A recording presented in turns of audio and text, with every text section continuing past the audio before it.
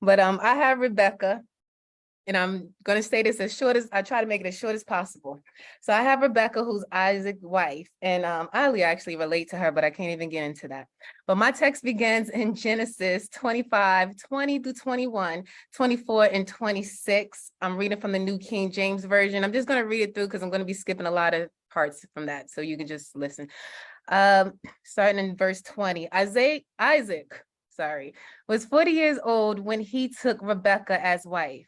Now Isaac pleaded with the Lord for his wife because she was barren, and the Lord granted his plea, and Rebekah, his wife, conceived. So when her days were fulfilled to give birth, indeed there were twins in her womb. Isaac was 60 years old when she bore them. So that tells us that Rebekah was barren for 20 years, 19 rather.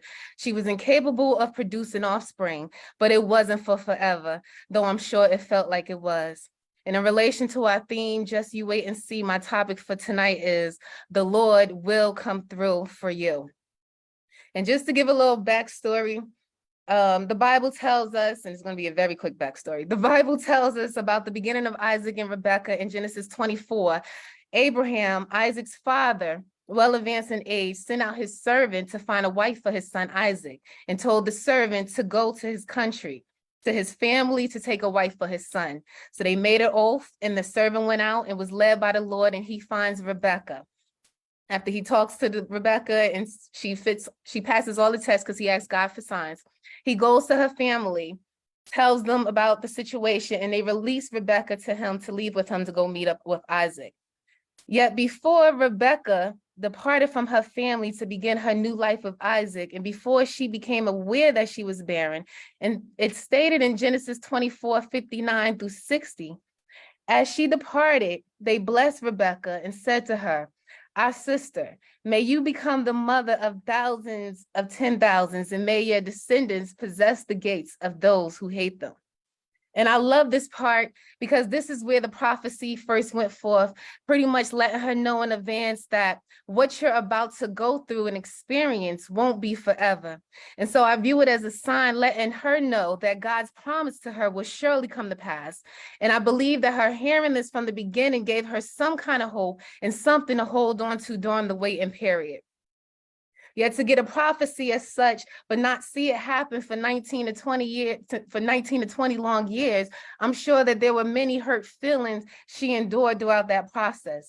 Only God knows how many times she cried and how many times she gave up hope, feeling that it was never going to happen. She may even felt overlooked by God, not able to understand why would God allow it? Why would God bring her this far in this new life, in this new season, around new people and in a new place, only to allow her to be barren?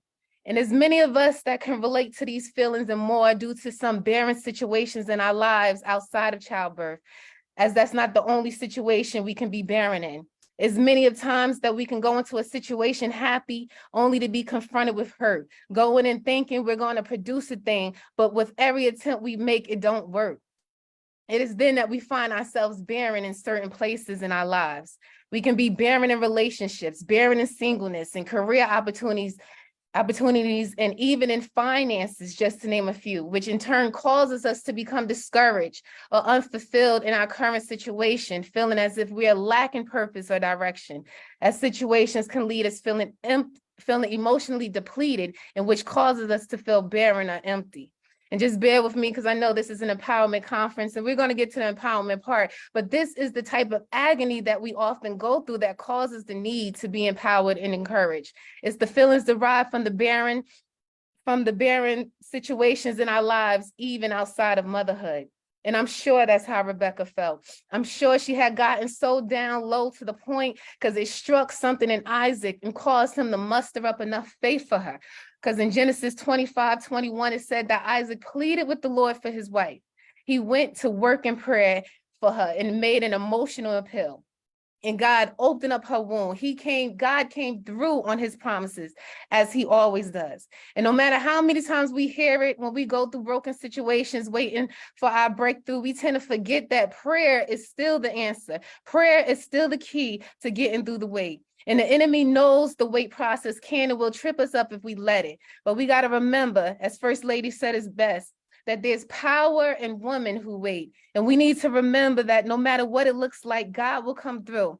So when you're waiting on the Lord, keep your head up and do whatever you can to be godly productive in his wait, so that you won't get tripped up in the wait, so that you don't get stagnant in the wait, so that you won't mess up and forfeit the promises that God has over your life because you couldn't handle the wait.